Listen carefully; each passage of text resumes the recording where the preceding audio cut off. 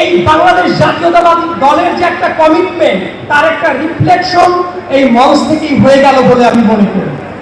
একই সাথে যত চমৎকারভাবে কয়েকটা ভিজুয়াল এবং ডকুমেন্টারি দেখানো হয়েছে, আমার কাছে মনে হয়েছে জুলাই নিয়ে যত ডকুমেন্টারি হয়েছে বাংলাদেশে, তার ভেতরে অন্যতম সেরা কয়েকটা কাজ আজকে প্রদর্শিত হয়েছে। সেটা শুধু আমাদেরকেই না, বরং শহীদ পরিবারের যারা ছিলেন, আমি লক্ষ্য করে দেখেছি দুইজন শহীদ পরিবারের দুইজন বাবা ওই সাইডে কান্নায় ভেসে যাচ্ছে। জুলাইটা আমাদের মনে কেন এত দাগ কেটে যায়, এর সম্ভবত কারণ হলো একটা, ওই বয়োবৃদ্ধ বাবারা তাদের সন্তানদেরকে যেভাবে হারিয়েছে, একই সাথে এই স্টেজের ডান পাশে এমন ছোট ছোট কিছু বাচ্চা আছে যারা হয়তো জানেও না তাদের বাবা নাই। তারা যত বড় হতে থাকবে, একটা পর্যায়ে তারা শুনবে যে তাদের বাবা এই দেশ মাতৃকার জন্য শেখ হাসিনার ফাঁসিবাদী রেজিমের বিরুদ্ধে নিজেদের রক্ত উৎসর্গ করে দিয়েছে দেশের মুক্তির জন্য।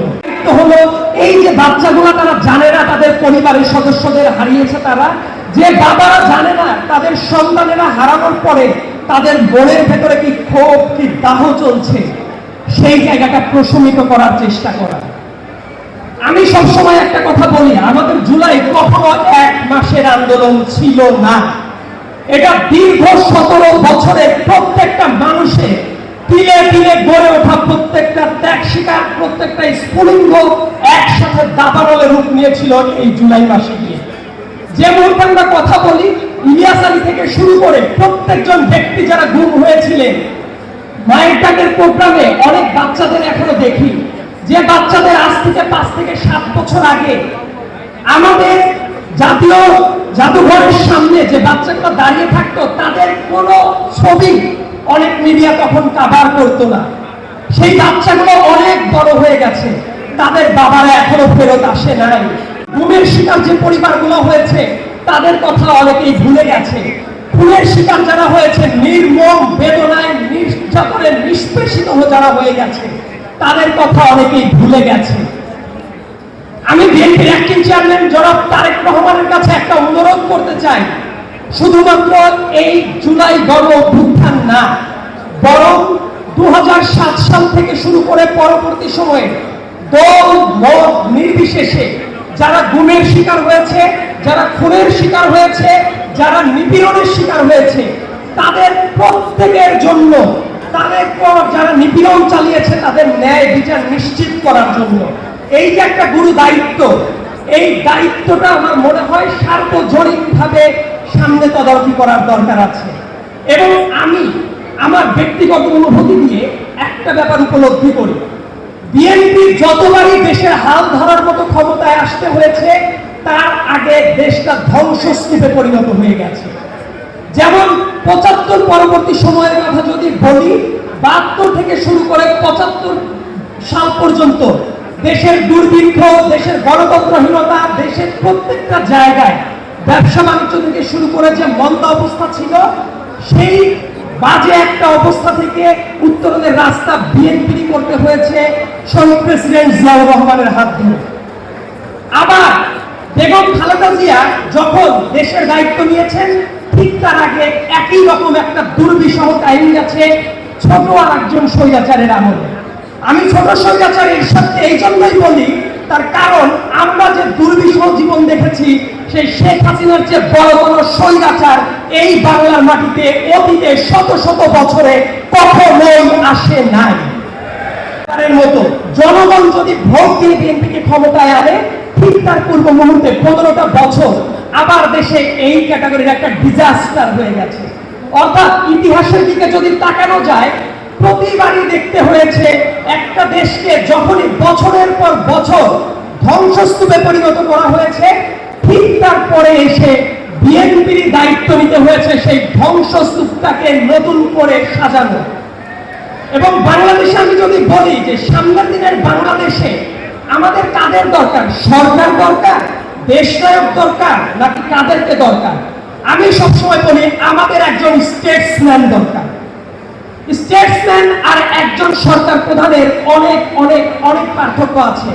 এই বাংলাদেশে স্টেটসম্যান ছিলেন শহীদ প্রেসিডেন্ট জিয়াউর রহমান, কিন্তু দুর্ভাগ্যজনকভাবে উনি দেশকে যে সার্ভিসটা দিতে পারতেন আমাদের দুর্ভাগ্য যে মাত্র 4 বছরের ভেতরে উনার জীবন প্রদীপ নিভিয়ে দেওয়া হয়েছিল। সামনের দিনে আমাদের এই বাংলাদেশকে যদি গড়ে তুলতে হয়, অবশ্যই আমাদের আরেকজন স্টেটসম্যান দরকার, যিনি শুধুমাত্র তারুণ্যকেই ধারণ করেন না, যিনি শুধুমাত্র অভিজ্ঞতাকেই ধারণ করেন না, বরং তারুণ্য এবং অভিজ্ঞতা দুইটার ভেতরে সেতু বন্ধন হিসেবে কাজ করে। সামনের দিনে ওই যে মানুষগুলো সেরা স্যান্ডেল পরে একটা নোংরা শার্ট পরে 11টা বছর যে বাড়িতে যেতে পারে নাই, কিন্তু তারপরেও আদর্শের কারণে এক হয়েছিল, ওই মানুষগুলোর ভবিষ্যৎটা কোথায়? 5 আগস্টের পরবর্তী সময়ে এই মানুষদের কথাও যাতে আমরা না ভুলে যাই। রাজনীতির ভেতরে কয়েকটা কথা আমার বলতেই হবে। যেমন টিপিক্যাল রাজনীতির পাশাপাশি পলিটিক্সেও এখন অনেক মানুষ দেখে আগ্রহী হয়ে ওঠে। আমাদের পাবনার যুব দলের একজন আছেন, আমি তার এলাকায় গিয়ে একটা দৃশ্য দেখেছি। উনি ছোট কিশোরদের জন্য একটা সংগঠন করে তুলেছেন, পিপিলিকা নামের একটা সংগঠন, যে সংগঠনের মাধ্যমে ছোট বাচ্চাদেরকে পুরো এলাকা ট্রেনিং দিয়ে স্পোর্টসের ক্ষেত্রে সামাজিক কাজে অন্তর্ভুক্ত করছে, লাইব্রেরি করে তুলেছে, পুরো এলাকায় বরং কর্মসূচি গ্রহণ করেছেন। বান্দরবানে গিয়ে এই ছাত্রদল করতেন, সামনে যুবদল করবেন, এমন একজনকে দেখেছি। উনি ওই পাহাড়ি বরং সামগ্রিকভাবে বাংলাদেশকে ধারণ করেন। এবং এই জায়গাতে আমার ছোট্ট একটা অনুভূতি যদি আমি বলি, রাজনীতিতে অনেক জায়গায় অনেক প্যারাডিং শিফট হয়ে যাচ্ছে। 2022 সালে যখন শেখ হাসিনার আমলে অনেকে অনেক কথা বলতে পারতো না, অনেক জায়গায় অনেক বড় বড় সমাবেশ হতো। আমাদের উত্তরবঙ্গের একজন মানুষের সাথে আমার দেখা হয়েছিল 2022 সালে একটা সমাবেশের পরে। সেরা স্যান্ডেল পরে আছেন, চুল কাটে না অনেকগুলো দিন, একেবারে নোংরা একটা শার্ট পরে, এবং তার মাথায় একটা ক্যাপ ছিল, যুব দলের একটা ক্যাপ। উনি যখন চলে যাচ্ছে, উনি বাসের একটা পাশের সিটে বসা ছিল আমার। উনি 11টা বছর তার এলাকায় যেতে পারে না। তার বাবা জানাজা হয়েছে, তাকে যেতে দেওয়া হয় নাই, তবুও তার কণ্ঠে আমি একটা জোর দেখেছিলাম। সেই কণ্ঠ সে বলছিল, এত নিপীড়নের পরেও সে তার আদর্শ থেকে বিচ্যুত হয় নাই, ওই দুর্দিনেও সে তার দলকে ছেড়ে যায় নাই। এই যে দলকে ছেড়ে যায় নাই, ওই আদর্শ 1 জন 2 জন 3 জন না, বরং আমার সামনে উপবিষ্ট যারা আছে, আমি বিশ্বাস করি এই প্রত্যেকটা মানুষের ত্যাগ, তিতিক্ষা, রক্ত, ঘাম জড়িয়ে আছে জন্যই এই দলটা আজ অবধিও কেউ ভাঙতে পারে নাই। এই বাংলাদেশ জাতীয়তাবাদী দলের যে একটা কমিটমেন্ট, তার একটা রিফ্লেকশন এই মঞ্চ থেকেই হয়ে গেল বলে আমি মনে করি। একই সাথে যত চমৎকার ভাবে কয়েকটা ভিজুয়াল এবং ডকুমেন্টারি দেখানো হয়েছে, আমার কাছে মনে হয়েছে জুলাই নিয়ে যত ডকুমেন্টারি হয়েছে বাংলাদেশে, তার ভেতরে অন্যতম সেরা কয়েকটা কাজ আজকে প্রদর্শিত হয়েছে।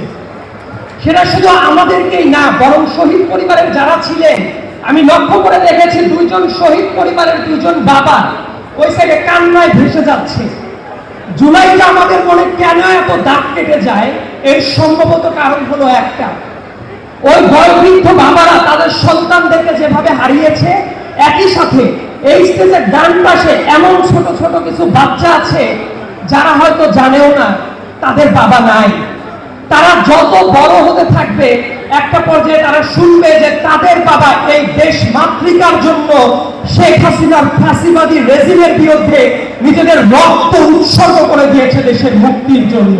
তো হলো এই যে বাচ্চাগুলো, তারা জানে না তাদের পরিবারের সদস্যদের হারিয়েছে, তারা যে বাবারা জানে না তাদের সন্তানেরা হারানোর পরে তাদের মনের ভেতরে কি ক্ষোভ, কি দাহ চলছে, সেই জায়গাটা প্রশমিত করার চেষ্টা করা। আমি সবসময় একটা কথা বলি, আমাদের জুলাই কখনো 1 মাসের আন্দোলন ছিল না। এটা দীর্ঘ 17 বছরের প্রত্যেকটা মানুষের তিলে তিলে গড়ে ওঠা, প্রত্যেকটা ত্যাগ শিকার, প্রত্যেকটা স্ফুলিঙ্গ একসাথে দাবানলে রূপ নিয়েছিল এই জুলাই মাসে গিয়ে। যে মুহূর্তে আমরা কথা বলি, ইলিয়াস আলী থেকে শুরু করে প্রত্যেকজন ব্যক্তি যারা গুম হয়েছিলেন, মায়ের ডাকের প্রোগ্রামে অনেক বাচ্চাদের এখনো দেখি, যে বাচ্চাদের আজ থেকে 5 থেকে 7 বছর আগে আমাদের জাতীয় জাদুঘরের সামনে যে বাচ্চাগুলো দাঁড়িয়ে থাকতো, তাদের কোনো ছবি অনেক মিডিয়া তখন কভার করতো না। সেই বাচ্চাগুলো অনেক বড় হয়ে গেছে, তাদের বাবারা এখনো ফেরত আসে নাই। তো হলো এই যে বাচ্চাগুলো তারা জানে না তাদের পরিবারের সদস্যদের হারিয়েছে, তারা যে বাবারা জানে না তাদের সন্তানেরা হারানোর পরে তাদের মনের ভেতরে কি ক্ষোভ কি দাহ চলছে, সেই জায়গাটা প্রশমিত করার চেষ্টা করা। আমি সবসময় একটা কথা বলি, আমাদের জুলাই কখনো এক মাসের আন্দোলন ছিল না, এটা দীর্ঘ 17 বছরে প্রত্যেকটা মানুষের তিলে তিলে গড়ে ওঠা প্রত্যেকটা ত্যাগ শিকার, প্রত্যেকটা স্ফুলিঙ্গ একসাথে দাবানলে রূপ নিয়েছিল এই জুলাই মাসে গিয়ে। যে মুহূর্তে আমরা কথা বলি, ইলিয়াস আলী থেকে শুরু করে প্রত্যেকজন ব্যক্তি যারা গুম হয়েছিলেন, মায়ের ডাকের প্রোগ্রামে অনেক বাচ্চাদের এখনো দেখি, যে বাচ্চাদের আজ থেকে 5 থেকে 7 বছর আগে আমাদের জাতীয় জাদুঘরের সামনে যে বাচ্চাগুলো দাঁড়িয়ে থাকতো, তাদের কোনো ছবি অনেক মিডিয়া তখন কভার করতো না। সেই বাচ্চাগুলো অনেক বড় হয়ে গেছে, তাদের বাবারা এখনো ফেরত আসে নাই। গুমের শিকার যে পরিবারগুলো হয়েছে তাদের কথা অনেকেই ভুলে গেছে। খুনের শিকার যারা হয়েছে, নির্মম বেদনায় নির্যাতনে নিষ্পেষিত যারা হয়ে গেছে, তাদের কথা অনেকেই ভুলে গেছে। আমি বিএনপির অ্যাক্টিং চেয়ারম্যান জনাব তারেক রহমানের কাছে একটা অনুরোধ করতে চাই, শুধুমাত্র এই জুলাই গণ অভ্যুত্থান না, বরং 2007 সাল থেকে শুরু করে পরবর্তী সময়ে দল মত নির্বিশেষে যারা গুমের শিকার হয়েছে, যারা খুনের শিকার হয়েছে, যারা নিপীড়নের শিকার হয়েছে, তাদের প্রত্যেকের জন্য, তাদের পর যারা নিপীড়ন চালিয়েছে তাদের ন্যায় বিচার নিশ্চিত করার জন্য এই যে একটা গুরু দায়িত্ব, এই দায়িত্বটা আমার মনে হয় সার্বজনীনভাবে সামনে তদারকি করার দরকার আছে। এবং আমি আমার ব্যক্তিগত অনুভূতি দিয়ে একটা ব্যাপার উপলব্ধি করি, বিএনপি যতবারই দেশের হাল ধরার মতো ক্ষমতায় আসতে হয়েছে, তার আগে দেশটা ধ্বংসস্তূপে পরিণত হয়ে গেছে। যেমন 75 পরবর্তী সময়ের কথা যদি বলি, 72 থেকে শুরু করে 75 সাল পর্যন্ত দেশের দুর্ভিক্ষ, দেশের গণতন্ত্রহীনতা, দেশের প্রত্যেকটা জায়গায় ব্যবসা বাণিজ্য থেকে শুরু করে যে মন্দা অবস্থা ছিল, সেই বাজে একটা অবস্থা থেকে উত্তরণের রাস্তা বিএনপি করতে হয়েছে শহীদ প্রেসিডেন্ট জিয়াউর রহমানের হাত ধরে। আবার বেগম খালেদা জিয়া যখন দেশের দায়িত্ব নিয়েছেন, ঠিক তার আগে একই রকম একটা দুর্বিষহ কাহিনী আছে ছোট আর একজন স্বৈরাচারের আমলে। আমি ছোট স্বৈরাচারের সাথে এই জন্যই বলি, তার কারণ আমরা যে দুর্বিষহ জীবন দেখেছি, সেই শেখ হাসিনার যে বড় বড় স্বৈরাচার এই বাংলার মাটিতে অতীতে শত শত বছরে কখনোই আসে নাই। গুমের শিকার যে পরিবারগুলো হয়েছে তাদের কথা অনেকেই ভুলে গেছে। খুনের শিকার যারা হয়েছে, নির্মম বেদনায় নির্যাতনে নিষ্পেষিত যারা হয়ে গেছে, তাদের কথা অনেকেই ভুলে গেছে। আমি বিএনপির অ্যাক্টিং চেয়ারম্যান জনাব তারেক রহমানের কাছে একটা অনুরোধ করতে চাই, শুধুমাত্র এই জুলাই গণ অভ্যুত্থান না, বরং 2007 সাল থেকে শুরু করে পরবর্তী সময়ে দল মত নির্বিশেষে যারা গুমের শিকার হয়েছে, যারা খুনের শিকার হয়েছে, যারা নিপীড়নের শিকার হয়েছে, তাদের প্রত্যেকের জন্য, তাদের পর যারা নিপীড়ন চালিয়েছে তাদের ন্যায় বিচার নিশ্চিত করার জন্য এই যে একটা গুরু দায়িত্ব, এই দায়িত্বটা আমার মনে হয় সার্বজনীনভাবে সামনে তদারকি করার দরকার আছে। এবং আমি আমার ব্যক্তিগত অনুভূতি দিয়ে একটা ব্যাপার উপলব্ধি করি, বিএনপি যতবারই দেশের হাল ধরার মতো ক্ষমতায় আসতে হয়েছে, তার আগে দেশটা ধ্বংসস্তূপে পরিণত হয়ে গেছে। যেমন 75 পরবর্তী সময়ের কথা যদি বলি, 72 থেকে শুরু করে 75 সাল পর্যন্ত দেশের দুর্ভিক্ষ, দেশের গণতন্ত্রহীনতা, দেশের প্রত্যেকটা জায়গায় ব্যবসা বাণিজ্য থেকে শুরু করে যে মন্দা অবস্থা ছিল, সেই বাজে একটা অবস্থা থেকে উত্তরণের রাস্তা বিএনপি করতে হয়েছে শহীদ প্রেসিডেন্ট জিয়াউর রহমানের হাত ধরে। আবার বেগম খালেদা জিয়া যখন দেশের দায়িত্ব নিয়েছেন, ঠিক তার আগে একই রকম একটা দুর্বিষহ কাহিনী আছে ছোট আর একজন স্বৈরাচারের আমলে। আমি ছোট স্বৈরাচারের সাথে এই জন্যই বলি, তার কারণ আমরা যে দুর্বিষহ জীবন দেখেছি, সেই শেখ হাসিনার যে বড় বড় স্বৈরাচার এই বাংলার মাটিতে অতীতে শত শত বছরে কখনোই আসে নাই। মতো জনগণ যদি ভোট দিয়ে বিএনপিকে ক্ষমতায় আনে, ঠিক তার পূর্ব মুহূর্তে 15টা বছর আবার দেশে এই ক্যাটাগরির একটা ডিজাস্টার হয়ে গেছে। অর্থাৎ ইতিহাসের দিকে যদি তাকানো যায়, প্রতিবারই দেখতে হয়েছে একটা দেশকে যখনই বছরের পর বছর ধ্বংসস্তূপে পরিণত করা হয়েছে, ঠিক তারপরে এসে বিএনপির দায়িত্ব নিতে হয়েছে সেই ধ্বংসস্তূপটাকে নতুন করে সাজানো। এবং বাংলাদেশে আমি যদি বলি যে সামনের দিনের বাংলাদেশে আমাদের কাদের দরকার, সরকার দরকার, দেশনায়ক দরকার, নাকি কাদেরকে দরকার? আমি সবসময় বলি আমাদের একজন স্টেটসম্যান দরকার। স্টেটসম্যান আর একজন সরকার প্রধানের অনেক অনেক অনেক পার্থক্য আছে। এই বাংলাদেশে স্টেটসম্যান ছিলেন শহীদ প্রেসিডেন্ট জিয়াউর রহমান, কিন্তু দুর্ভাগ্যজনকভাবে উনি দেশকে যে সার্ভিসটা দিতে পারতেন, আমাদের দুর্ভাগ্য যে মাত্র 4 বছরের ভেতরে উনার জীবন প্রদীপ নিভিয়ে দেওয়া হয়েছিল। সামনের দিনে আমাদের এই বাংলাদেশকে যদি গড়ে তুলতে হয়, অবশ্যই আমাদের আর একজন স্টেটসম্যান দরকার, যিনি শুধুমাত্র তারুণ্যকেই ধারণ করেন না, যিনি শুধুমাত্র অভিজ্ঞতাতেই ধারণ করেন না, বরং তারুণ্য এবং অভিজ্ঞতা দুইটার ভেতরে সেতু বন্ধন হিসেবে কাজ করে। তার মতো জনগণ যদি ভোট দিয়ে বিএনপিকে ক্ষমতায় আনে, ঠিক তার পূর্ব মুহূর্তে 15টা বছর আবার দেশে এই ক্যাটাগরির একটা ডিজাস্টার হয়ে গেছে।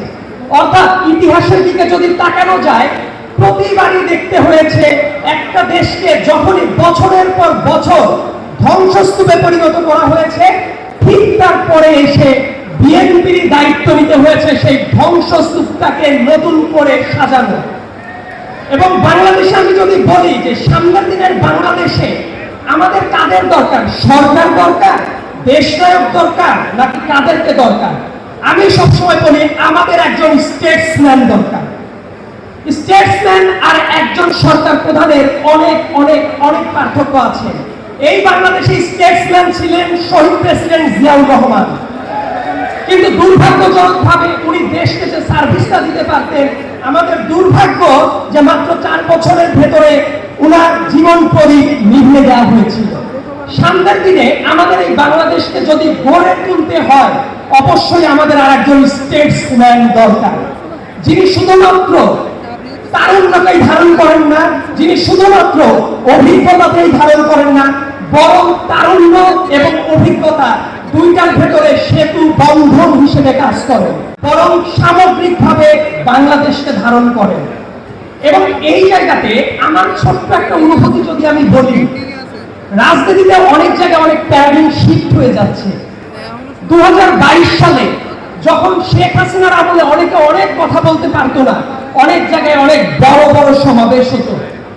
আমাদের উত্তরবঙ্গের একজন মানুষের সাথে আমার দেখা হয়েছিল 2022 সালে একটা সমাবেশের পরে। সেরা স্যান্ডেল পরে আছেন, চুল কাটে না অনেকগুলো দিন, একেবারে নোংরা একটা শার্ট পরে, এবং তার মাথায় একটা ক্যাপ ছিল, যুব দলের একটা ক্যাপ।